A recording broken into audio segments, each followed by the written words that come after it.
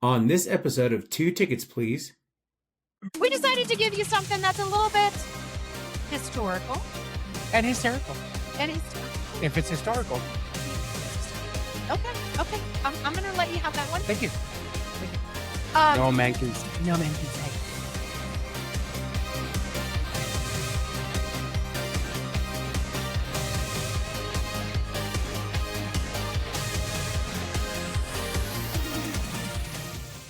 Hello, and welcome to Two Tickets, Please. I'm Art. And I'm Amber. And we are two best friends who met in a video store. Yeah. We're that old. Amber, we so Miss Amber. Yes. What is our video recommendation rental today? Well, we decided to do a movie that had a little bit of controversy around it, but is a movie that we actually really enjoy and that maybe people steered clear from. And that is going back to 1999 with The 13th Warrior. So take a moment to check out this little... I put a little trailer together for you guys. Check it out. And let's jump in. Whoa. This man of peace has wandered into a land at war against an enemy that comes without warning and leaves without a trace. They are demons. From Michael Crichton, author of Jurassic Park, and John McTiernan, director of Die Hard.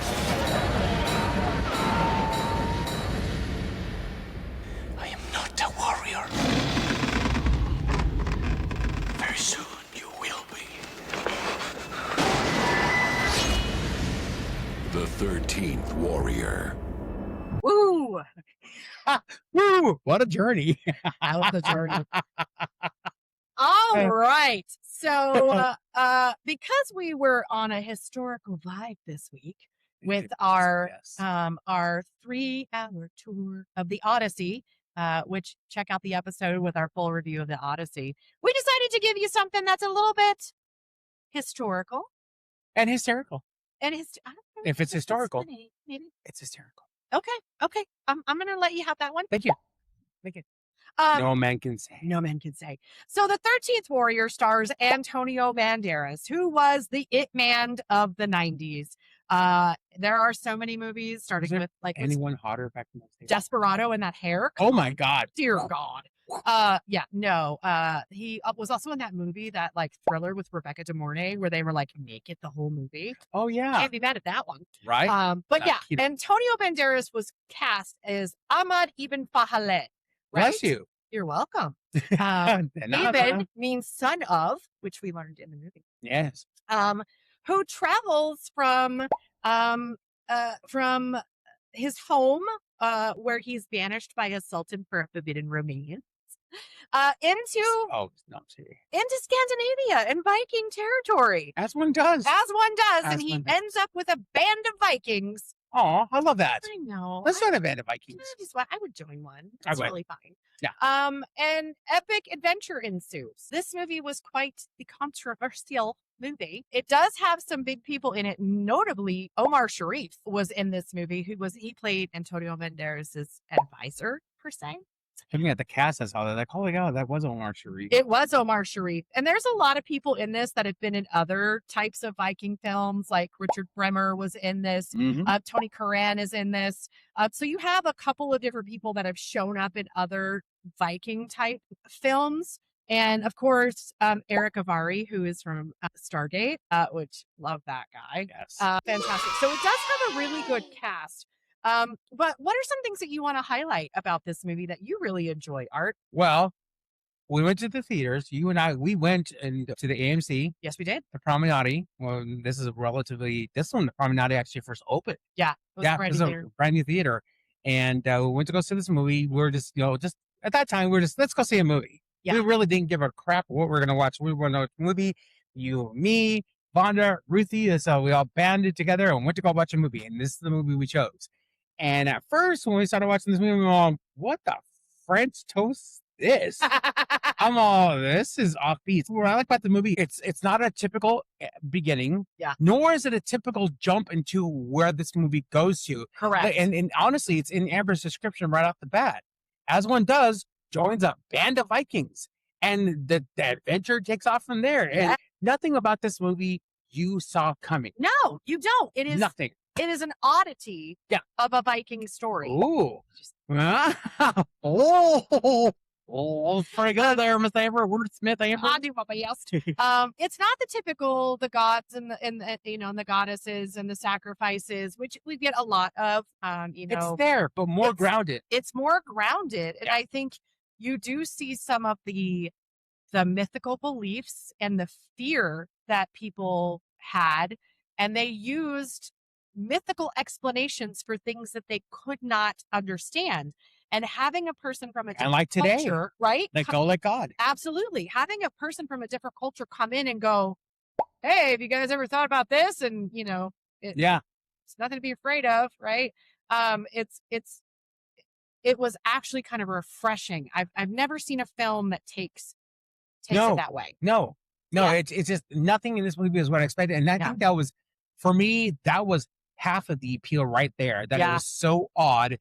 Tarantino had just started to hit then, so it kind of had that just jarring feel. It's like, where the hell is this going? Right. I don't understand what's happening. How can Antonio Banderas sit there around a campfire and pick up on a language he knew nothing about? Right, for months and months and months. When it switched over to the fact that you could pull a snippets and they translated it back into English, it's like, oh my gosh, that's actually kind of brilliant how they did that. Yeah. That was brilliant. So also just the acting, this is something Antonio had never attempted before. This is definitely a departure from what he had released from before. He was obviously the very incredibly handsome, sexy leading man with the amazing accent that has never left him. And amazing hair. The Vikings in here were I would hang out with these guys. Vladimir Kulich plays Bolvaj, who is the man. Oh my God. And I would put him up against the MCU Thor any day. And MCU Thor would get his ass kicked by this man. I'm sorry. Bolvaj doesn't have legs. Doesn't need it. That's how cool this guy is. I mean, he is pretty damn cool. This guy goes out like a G. There's no spoilers for the vaults. But here's the thing, right? On Two Tickets, Please, we like to be very honest about things. We are recommending this movie because we liked it. This movie was a commercial flop. Floppity-dippity-doo. The budget for this movie was $160 million, of which they only made back $61 million.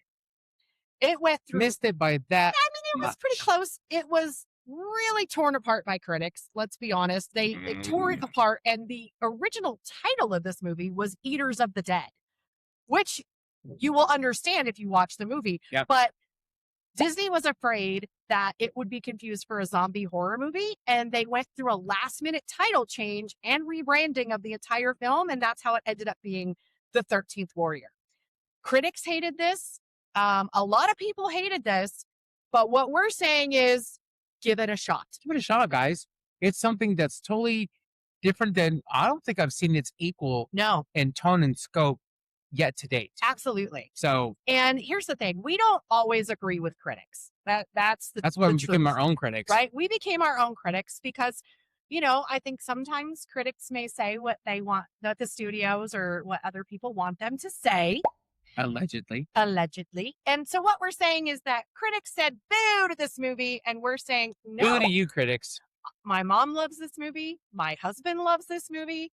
If you like I saw this movie last month. Raiding, pillaging, murder, ass action, plotting, intelligent fighting, because there's a lot of intelligent fighting, a mystery to solve, and a good bad guy to go along with it. Creepy, and you really can't figure out what's going on until at the end. Yeah, at the end. So, are there things that could have been better with this movie? Sure. Yeah. But at the end of the day, we think this is a movie that you're going to enjoy. So if you came to our video store, and when I was checking you out at the counter, that's right. I say, Amber, should we refer this movie to this customer? Yeah, let's do it. He would say yes, and it would be The 13th Warrior. Absolutely. So if you like listening to me and Art talk about movies, if you like our video recommendations, don't forget to follow us on social media. We are on Facebook, Instagram, and TikTok, and you're watching this episode right here on YouTube. Don't forget to hit like, und subscribe, und share, und ring the ding-a-ling-ling-ling thing to get the notifications, and leave your comments, guys. Give a shout out to my homie Melissa on the last podcast. You guys leave a good comment. Give us some factoids we didn't bring up in the pod. Yeah.